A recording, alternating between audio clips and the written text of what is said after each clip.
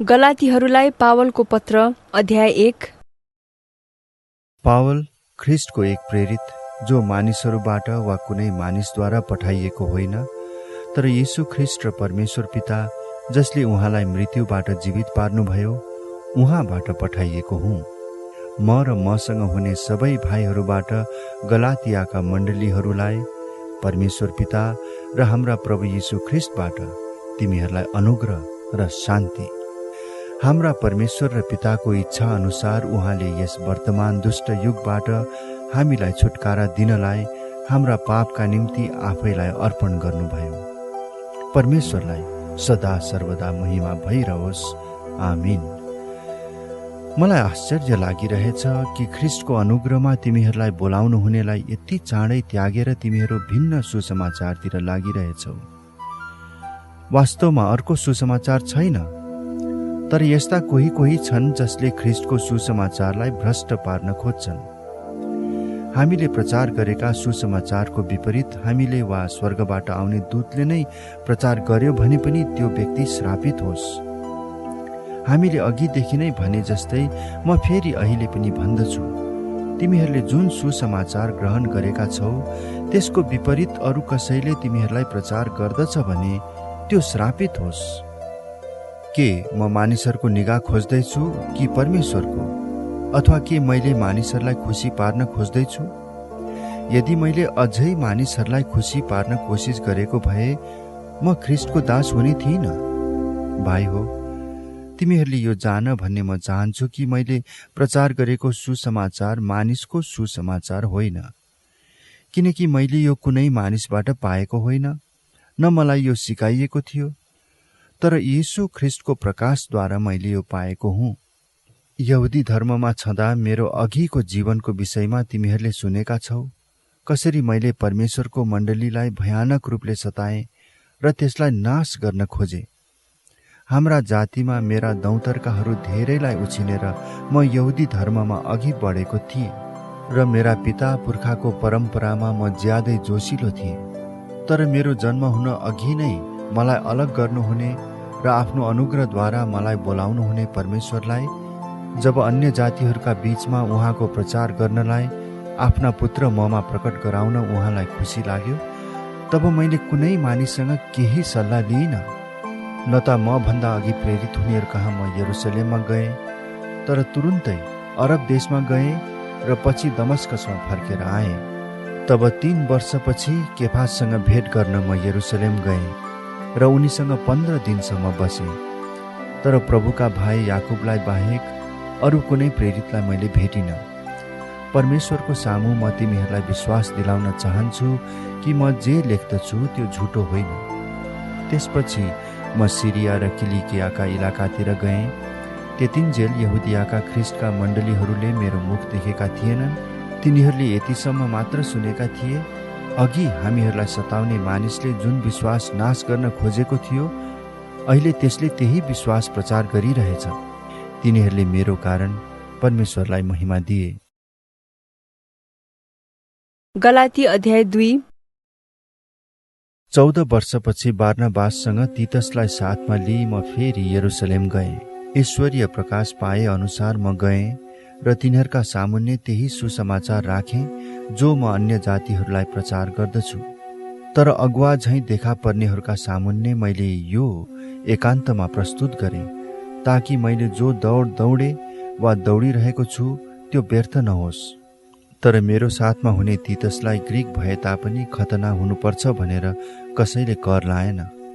खतनाको यो कुरा उठ्यो किनकि कति झुटा भाइहरू हाम्रो दलभित्र गुप्त रूपले पसिकन ख्रिस्टमा भएको हाम्रो स्वतन्त्रताको चेवा गरी हामीलाई बन्धनमा ल्याउन चाहन्थे।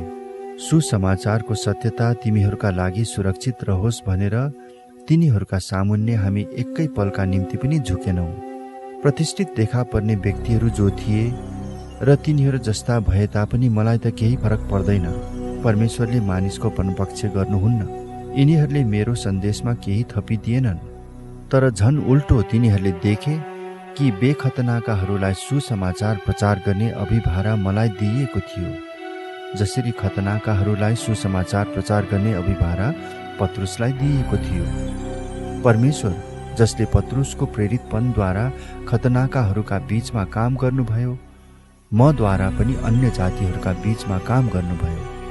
याकुब, केफास र यूहन्ना जो मण्डलीका खम्बाहरू थिए, तिनीहरूले ममाथि भएको अनुग्रह थाहा पाएपछि मलाई र बारनाबासलाई संगतिको दाहिने हात दिए।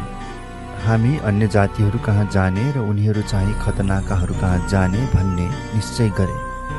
केवल उनीहरूको यही इच्छा थियो कि गरिबमाथि हाम्रो सम्झना रहोस्। त्यसो गर्न म पनि उत्सुक थिएँ।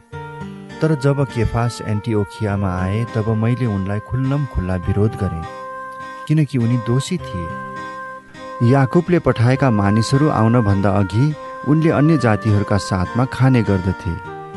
तर जब तिनीहरू आइपुगे तब उनी अन्य जातिहरूबाट पछि हटेर अलग भए, किनकि उनी खतनाका दलदेखि डराएका थिए। अरू बाँकी यहुदीहरूले पनि त्यस्तै कपटपूर्ण काम गरे, यहाँसम्म कि तिनीहरूको कपटपूर्ण व्यवहारले गर्दा बारनबास पनि भड्केर गए। तर जब सुसमाचारको सत्यता बमोजिम तिनीहरू नचलेका मैले देखेँ, तब तिनीहरू सबैका सामुन्ने मैले केफासलाई भने, तपाईँ यहुदी भइकन यहुदी जस्तो नभई अन्य जातिहरू जस्तै चल्नुहुन्छ भने अन्य जातिहरूलाई यहुदी जस्तै जिउन कसरी कर लाउनुहुन्छ? हामी जन्मैका यहुदी हौँ र अन्य जाति जस्तै पापी होइनौँ, र पनि हामी जान्दछौँ व्यवस्थाका कामद्वारा मानिस धर्मी ठहरिँदैन, तर येशू ख्रीष्टमाथिको विश्वासद्वारा धर्मी ठहरिन्छ। यसकारण हामीले पनि हाम्रो विश्वास ख्रीष्ट येशूमा राख्यौँ, ताकि हामी व्यवस्थाका कामद्वारा होइन तर ख्रीष्टमा राखिएको विश्वासद्वारा धर्मी ठहरिन सकौँ। किनकि व्यवस्थाका कामद्वारा कोही पनि धर्मी ठहरिँदैन। तर यदि ख्रीष्टमा धर्मी ठहरिने प्रयत्न गर्दा हामी पापी भेटाइन्छौँ भने ख्रीष्टले पापलाई प्रोत्साहन दिनुहुन्छ त? कदापि होइन। किनकि आफैले भत्काएको कुरा मैले फेरि बनाएँ भने आफैले आफैलाई म अपराधी हुँ भन्ने साबित गर्छु। किनकि परमेश्वरको निम्ति म जिउन सकूँ भनेर व्यवस्थाद्वारा व्यवस्थाको लेखी म मरेको छु। म ख्रीष्टसँगै क्रुसमा टाँगिएको छु। अब उपरान्त जिउने म होइन, तर ख्रीष्ट ममा जिउनुहुन्छ। जुन जीवन शरीरमा म अहिले जिउँछु त्यो परमेश्वरका पुत्रमा विश्वास गरेर जिउँछु, जसले मलाई प्रेम गर्नुभयो र मेरो निम्ति आफूलाई अर्पण गर्नुभयो। परमेश्वरको अनुग्रह म पन्साउँदिन, किनकि व्यवस्थाद्वारा धर्मी ठहरिने हो भने त ख्रीष्ट व्यर्थैमा मर्नुभयो। गलाती अध्याय 3। हे मूर्ख गलाती हो, कसले तिमीहरूलाई मोहनी लाएर बसमा पार्यो? तिमीहरूका आँखाकै सामुन्ने यीशु ख्रीष्ट क्रुसमा टाँगिनु भएको कुरा स्पष्ट रूपले वर्णन गरिएको थियो। यति मात्र म तिमीहरूलाई सोध्न चाहन्छु, तिमीहरूले पवित्र आत्मालाई व्यवस्थाका कामहरूद्वारा पायौ कि सुनेका वचनमा विश्वास गरेर? के तिमीहरू यति मूर्ख छौ कि आत्मामा सुरु गरेर शरीरमा शेष गर्दैछौ? के यतिका दुःख तिमीहरूले व्यर्थमा भोग्यौ त? यदि यो साँच्चै व्यर्थमा भयो भने त जसले तिमीहरूलाई पवित्र आत्मा दिनुहुन्छ र तिमीहरूका माझ आश्चर्य कर्महरू गर्नुहुन्छ, के यो सबै उहाँले व्यवस्थाका तिमीहरूका कामको कारणले गर्नुभएको हो कि सुनेका वचनमा तिमीहरूले विश्वास गरेको कारणले हो? अब्राहमलाई नै हेर, उनले परमेश्वरमा विश्वास गरेथे र यो उनको निम्ति धार्मिकता गनिएको थियो।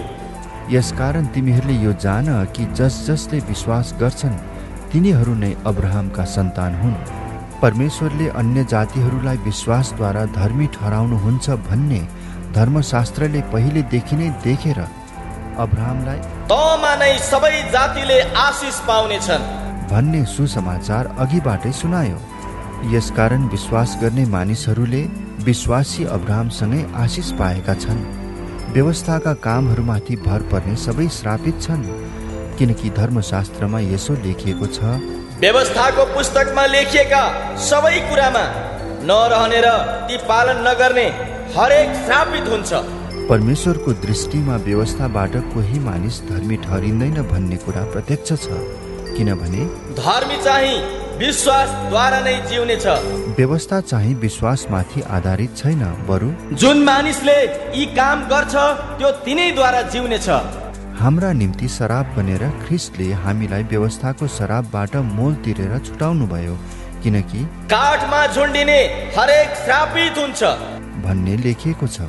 उहाँले हामीलाई मोल तिरेर छुटाउनु भयो ताकि अब्राहमलाई दिइएको आशिष ख्रिस्ट येशूद्वारा अन्य जातिहरूमा आओस् र हामी विश्वासद्वारा प्रतिज्ञाका पवित्र आत्मा प्राप्त गर्न सकौं।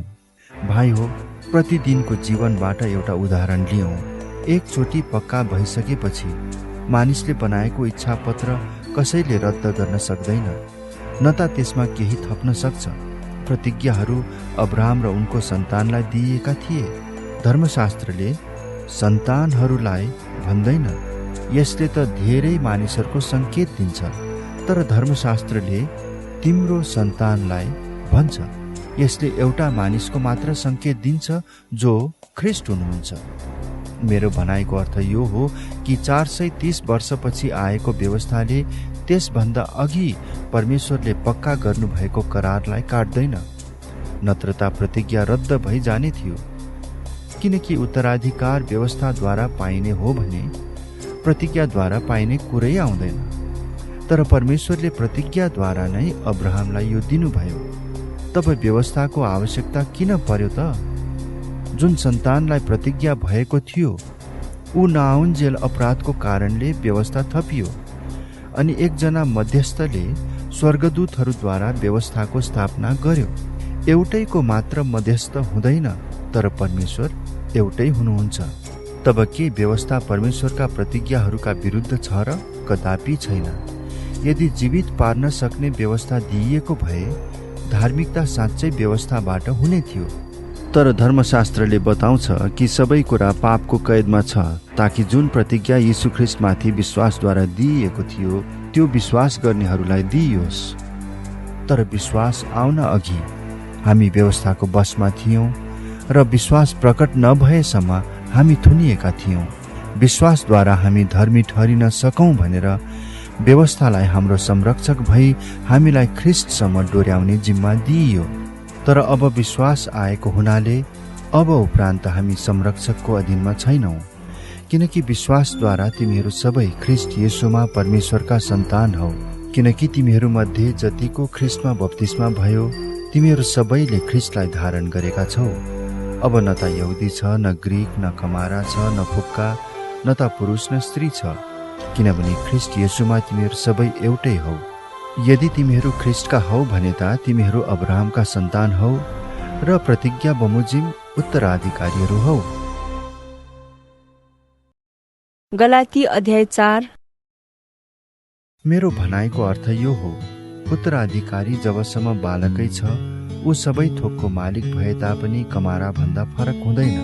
तर बाबुले ठहराएको समयसम्म ऊ अभिभावक र संरक्षकको अधीनमा हुन्छ।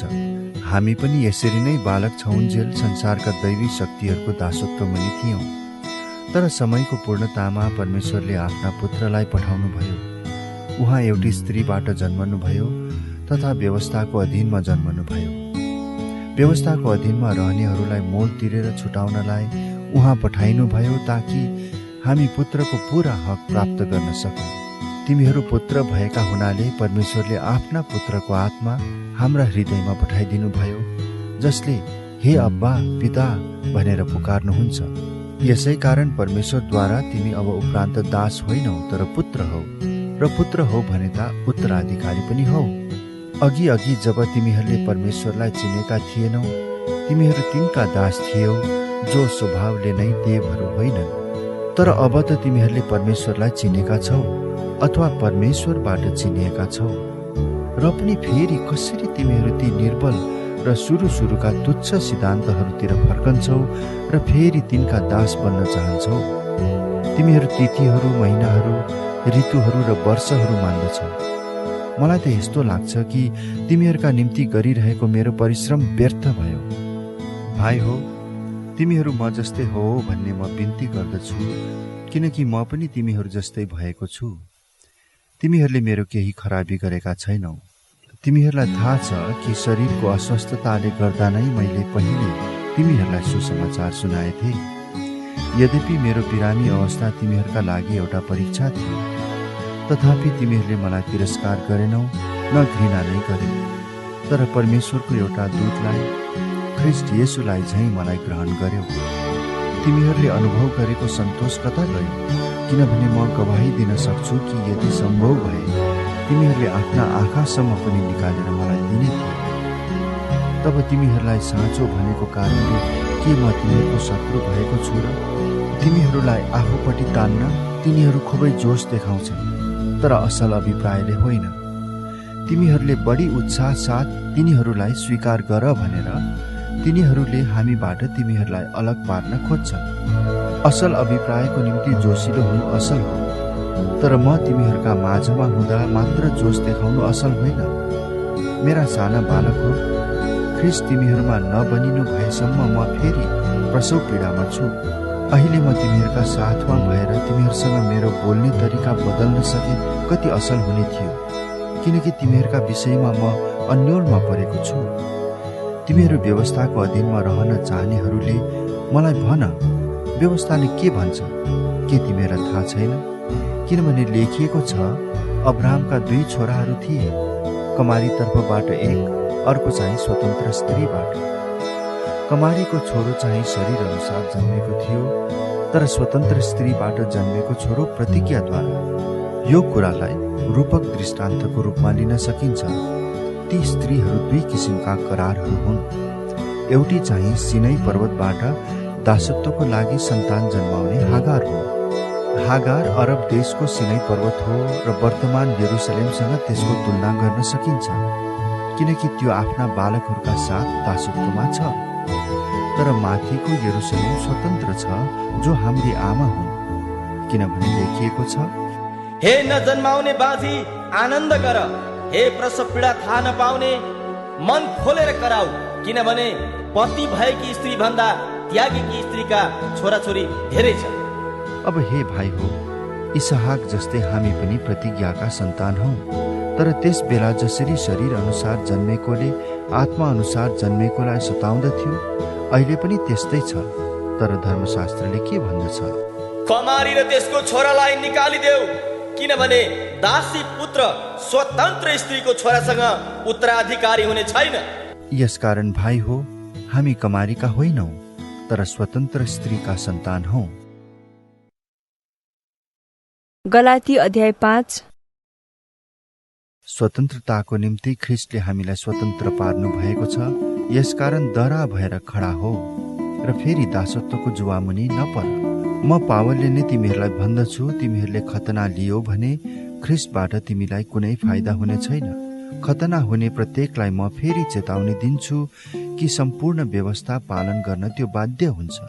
तिमीहरू जो व्यवस्थाद्वारा धर्मी ठहरिन चाहन्छौ, तिमीहरू ख्रिस्टबाट अलग्ग भएका छौ। तिमीहरू अनुग्रहबाट तल खसेका छौ, किनकि हामी पवित्र आत्माद्वारा विश्वासबाट धार्मिकताका आशाको प्रतीक्षा गर्छौं। ख्रिस्ट येशूमा न त खतना केही मूल्यको न बेखतना केही मूल्यको हुन्छ, तर एउटै कुराको मात्र मूल्य छ, अनि त्यो हो प्रेमद्वारा काम गर्ने विश्वास। तिमीहरू राम्रै दौडिरहेका थियौ। कसले तिमीहरूलाई सत्यता पालन गर्नमा बाधा दियो? तिमीहरूलाई बोलाउनु हुनेबाट यो फकाउने फुस्लाउने काम भएको होइन। थोरै खमीरले जम्मै ढिकालाई खमीरा बनाउँछ। म प्रभुमा भरोसा राख्दछु कि तिमीहरूले मेरो बाहेक अर्को विचार अपनाउने छैनौ। तिमीहरूलाई पिरोल्ने जोसुकै भए पनि त्यसले दण्ड भोग्नेछ। तर भाइ हो, यदि म अझै खतनाको प्रचार गर्दछु भने म माथि यी सब सतावट किन आएका? त्यसो हो भने त क्रुसबाट आउने बाधा गएको छ। तिमीहरूलाई विचलित पार्नेहरूले त बरु आफ्नो अङ्ग नै काटे पनि हुने। भाइ हो, तिमीहरू त स्वतन्त्रताको निम्ति बोलाइएका हौ। केवल त्यस स्वतन्त्रतालाई पापमय स्वभावको निम्ति प्रयोग नगर, तर प्रेममा तिमीहरू एक अर्काको सेवक बन, किनभने समस्त व्यवस्था एउटै वचनमा पूरा भएको छ, तैले आफ्नो छिमेकीलाई आफूलाई झैं प्रेम गर। तर तिमीहरू एउटाले अर्कालाई टोक्ने र निल्ने गर्छौ भने त होशियार गर, तिमीहरू एक अर्काबाट नै खतम हुनु नपरोस्। तर म भन्दछु, पवित्र आत्माद्वारा हिँड र पाप स्वभावका लालसा पूरा नगर, किनकि पाप स्वभावका लालसा पवित्र आत्माको विरुद्ध हुन्छन्, अनि पवित्र आत्माको इच्छा पाप स्वभावको विरुद्ध।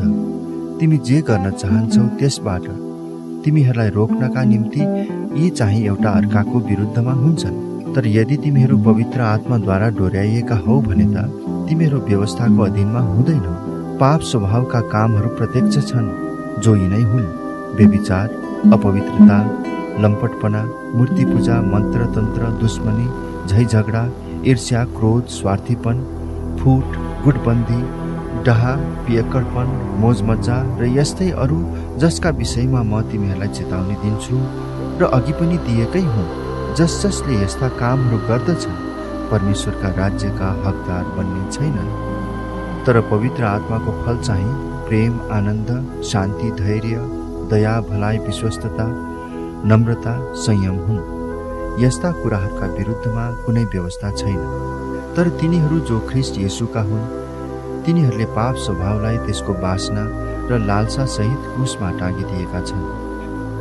हामी पवित्र आत्माद्वारा जिउँछौँ भने आत्माकै अनुसार हिँडौँ। हामी अहङ्कारी नहोऔँ, एउटाले अर्कालाई रिस नउठाउँ र एउटाले अर्कालाई ईर्ष्या नगरौँ। गलाती अध्याय 6। भाइ हो, यदि कुनै मानिस अपराधमा पक्राउ पर्यो भने तिमीहरू जो आत्मिक छौ, तिमीहरूले नै नम्रतापूर्वक तिनको सुधार गर। आफ्नै पनि विचार राख, नत्रता तिमीहरू पनि परीक्षामा पर्नेछौ। एउटाले अर्काको भार उठाऊ र यसरी ख्रिस्टको व्यवस्था पूरा गर। किनकि कुनै मूल्य नभएको मानिसले आफैलाई केही हुँ भनी ठान्छ भने त्यसले आफैलाई धोका दिन्छ। प्रत्येकले आफ्नै कामको जाँच गरोस्, तब मात्र त्यसले आफैलाई अरूसँग तुलना नगरी आफैमाथि गर्व गर्न सक्छ। किनभने हरेकले आफ्नो भार आफै उठाउनु पर्छ। वचनको शिक्षा पाउने हरेकले आफ्ना सबै असल थोकहरू वचन सिकाउनेसँग बाँडचुँड गर्नुपर्छ। धोकामा नपर, परमेश्वरको ठट्टा हुँदैन। किनभने मानिसले जे रोप्दछ त्यसैको कटनी पनि गर्नेछ। जसले आफ्नो पापमै स्वभावको निम्ति रोप्दछ त्यसले आफ्नो पापमै स्वभावबाट नै सर्वनाशको कटनी गर्नेछ। तर जसले आत्माको निम्ति रोप्दछ त्यसले आत्माबाट नै अनन्त जीवनको कटनी गर्नेछ। भलाइ गर्ने काममा हामी नथाकौँ, किनभने यदि हिम्मत हारेनौँ भने ठिक समयमा हामी कटनी गर्नेछौँ। यसकारण मौका पाए अनुसार हामी सबै मानिसको भलाइ गर्दै जाउँ, विशेष गरी तिनीहरूको जो हाम्रो विश्वासका परिवारका हुन्। हेर, म कति ठुला ठुला अक्षरहरूले आफ्नै हातले तिमीहरूलाई लेखिरहेछु। ख्रिस्टका क्रुसको कारणले सतावटमा नपरुन् भनी बाहिर तवरले सब ठिक देखिन चाहनेहरूले नै तिमीहरूलाई खतना लिन कर लाउँछन्। किनकि खतना लिनेहरू आफै पनि व्यवस्था पालन गर्दैनन्। तर तिमीहरूको शरीरमा घमण्ड गर्नको निम्ति तिमीहरूले खतना लिएको तिनीहरू चाहन्छन्। हाम्रा प्रभु येशू ख्रिस्टको क्रुस बाहेक अरू कुनै पनि कुरामाथि घमण्ड गर्ने कुरा मदेखि दूर रहोस्, जसद्वारा म चाहिँ संसारको लेखी र संसार मेरो लेखी क्रुसमा झुन्ड्याइएको छ। न त खतनाको केही महत्त्व छ न बेखतनाको, तर नयाँ सृष्टि नै सब थोक हो। अब जो जति यस नियममा चल्दछन् तिनीहरूमाथि र परमेश्वरका इस्रायल जातिमाथि शान्ति र कृपा रहोस्। अबदेखि उसो कसैले मलाई कष्ट नदियोस्, किनभने म आफ्नो शरीरमा येशूका डामहरू धारण गर्दछु। भाइ हो, हाम्रा प्रभु येशू ख्रिस्टको अनुग्रह तिमीहरूको आत्मासँग रहोस्। आमीन।